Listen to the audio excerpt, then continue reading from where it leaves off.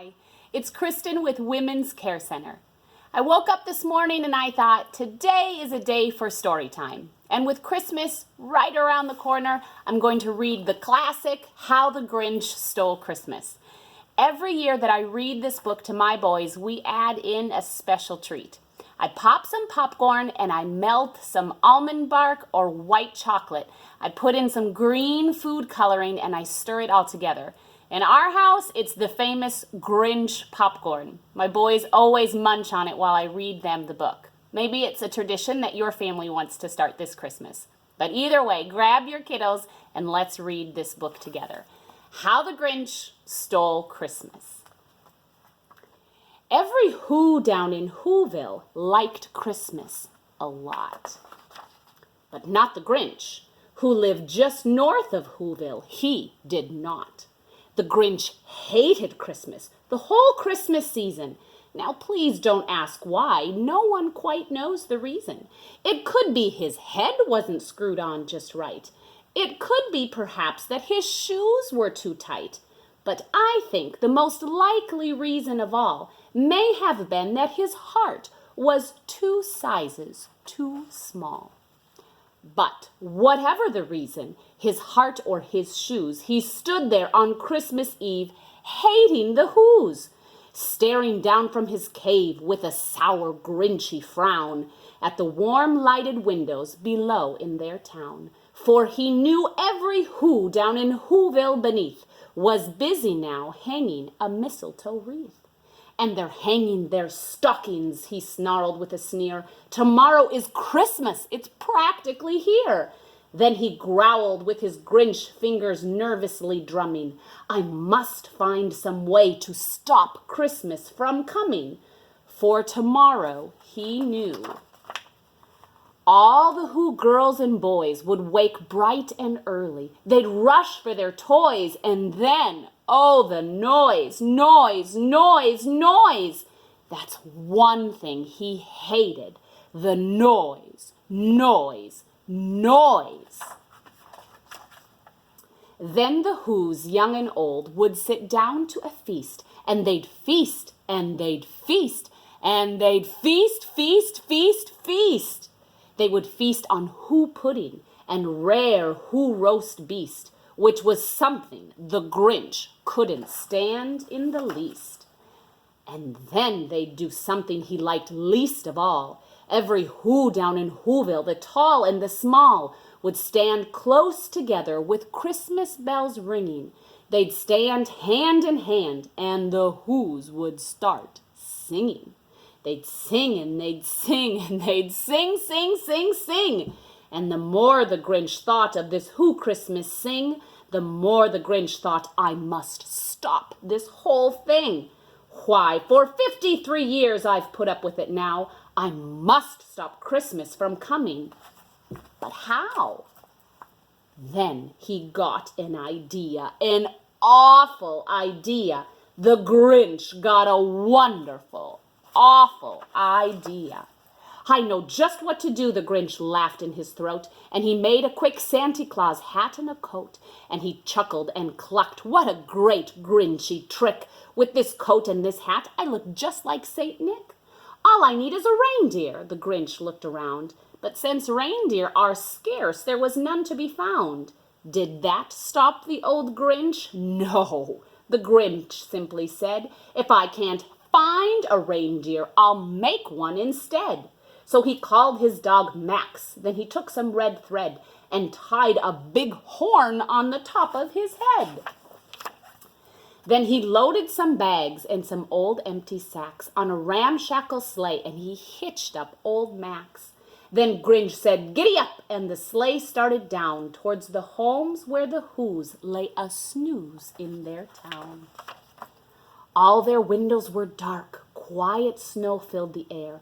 All the Whos were all dreaming sweet dreams without care. When he came to the first little house on the square, this is stop number 1, the old Grinchy Claus hissed, and he climbed to the roof, empty bags in his fist. Then he slid down the chimney, a rather tight pinch. But if Santa could do it, then so could the Grinch. He got stuck only once, for a moment or two. Then he stuck his head out of the fireplace flue, where the little Who stockings all hung in a row. These stockings, he grinned, are the first things to go. Then he slithered and slunk with a smile most unpleasant. Around the whole room he took every present. Pop guns and bicycles, roller skates, drums, checkerboards, tricycles, popcorn, and plums. And he stuffed them in bags. Then the Grinch very nimbly stuffed all the bags one by one up the chimney. Then he slunk to the icebox. He took the Who's feast. He took the Who pudding. He took the roast beast. He cleaned out that icebox as quick as a flash. Why, that Grinch even took their last can of Who hash. Then he stuffed all the food up the chimney with glee. And now, grinned the Grinch, I will stuff up the tree. And the Grinch grabbed the tree and he started to shove, when he heard a small sound like the coo of a dove. He turned around fast and he saw a small Who, little Cindy Lou Who was not more than 2. The Grinch had been caught by this tiny Who daughter, who'd got out of bed for a cup of cold water. She stared at the Grinch and said, Santa Claus, why? Why are you taking our Christmas tree? Why? But you know that old Grinch was so smart and so slick, he thought up a lie and he thought it up quick. Why, my sweet little tot, the fake Santa Claus lied. There's a light on this tree that won't light on one side. So I'm taking it home to my workshop, my dear. I'll fix it up there and then bring it back here. And his fib fooled the child. Then he patted her head and got her a drink and sent her to bed. And when Cindy Lou Who went to bed with her cup, he went to the chimney and stuffed the tree up. The last thing he took was a log for their fire. Then he went up the chimney himself, the old liar. On their walls he left nothing but hooks and some wire. And the one speck of food that he left in the house was a crumb too small for even a mouse. Then he did the same thing to the other Who's houses, leaving crumbs much too small for the other Who's mouses.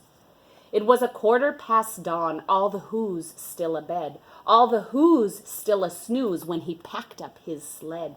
Packed it up with their presents, the ribbons, the wrappings, the tags and the tinsel, the trimmings, the trappings. 3,000 feet up the side of Mount Crumpet, he rode with his load to the tip-top to dump it. Pooh-hoo to the Who's, he was grinchiously humming. They're finding out now that no Christmas is coming. They're just waking up. I know just what they'll do. Their mouths will hang open a minute or two. Then all the Who's down in Whoville will all cry boo-hoo. That's a noise, grinned the Grinch, that I simply must hear. So he paused, and the Grinch put his hand to his ear. He did hear a sound rising over the snow. It started in low, then it started to grow. But the sound wasn't sad. Why, the sound sounded merry. It couldn't be so. It was merry, very. He stared down at Whoville. The Grinch popped his eyes. Then he shook. What he saw was a shocking surprise. For every Who down in Whoville, the tall and the small, was singing without any presents at all. He hadn't stopped Christmas from coming. It came. Somehow or other, it came just the same. And the Grinch with his Grinch feet, ice cold in the snow, stood puzzling and puzzling. How could it be so? It came without ribbons. It came without tags. It came without packages, boxes, or bags. Then he puzzled 3 hours till his puzzler was sore. Then the Grinch thought of something he hadn't before. Maybe Christmas, he thought, doesn't come from a store. Maybe Christmas, perhaps, means a little bit more. And what happened then? Well, in Whoville, they say that the Grinch's small heart grew 3 sizes that day. And the minute his heart didn't feel so quite tight, he whizzed with his load through the bright morning light, and he brought back the toys and the food for the feast. And he himself, the Grinch, carved the roast beast. I hope you and your family are enjoying this holiday. Merry Christmas, and we'll see you next time. Bye-bye.